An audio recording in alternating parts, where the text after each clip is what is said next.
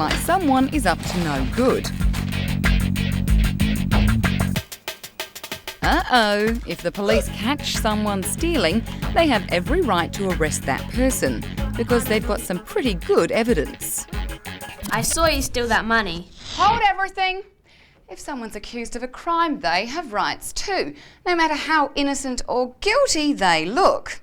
For a start, they don't have to answer questions during a police interview, and they can contact a lawyer beforehand. Ah, very good. Carry on. Police are only allowed to keep a suspect for a certain amount of time without charging them.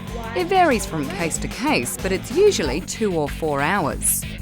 Time's up. Okay, so the police have to follow some pretty strict rules when they think someone's committed a crime. Hang on, Mamdouh Habib, an Australian man, was locked up for 3.5 years without being charged with anything. What's going on there? Well, first of all, Mr. Habib, that's him arriving back in Australia after his release, was actually locked up by United States authorities after being arrested in Pakistan. So the US took control and followed its own rules. And second, Mr. Habib was accused of being involved in terrorist activities. Now, terrorism is considered a special crime by many governments, including the US and Australian governments. So there are special rules to deal with it. And the normal ones don't apply. But why are there special rules? Well, as you probably know, on September 11, 2001, the US was attacked when 4 planes were hijacked and crashed into the World Trade Center, the Pentagon and a field. The people behind the attack are considered terrorists by many. Terrorists create terror or fear. They do that by using violence or threatening to use violence to persuade governments or people to make changes in society. But many governments, including Australia's, think terrorism is wrong.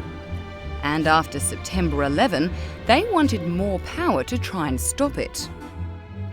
And that's what the special anti-terrorism rules are all about. They give authorities like the police and ASIO more power. In case you're wondering, ASIO is short for Australian Security Intelligence Organisation. What a mouthful. Its job is to look after national security, to protect Australia from threats, including terrorism. So what extra powers does it have?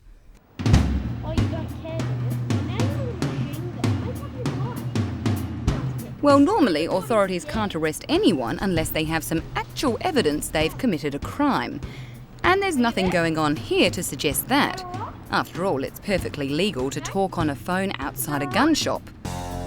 But ASIO doesn't need as much evidence to detain someone if it believes they know anything about terrorist activity. They also have to answer questions, unlike in a normal police interview. They don't get as much help from lawyers, and they can be detained a lot longer without being charged. As you can see, while the special rules give authorities more power, the people they speak to have less. So while the rules may help protect us, are they fair?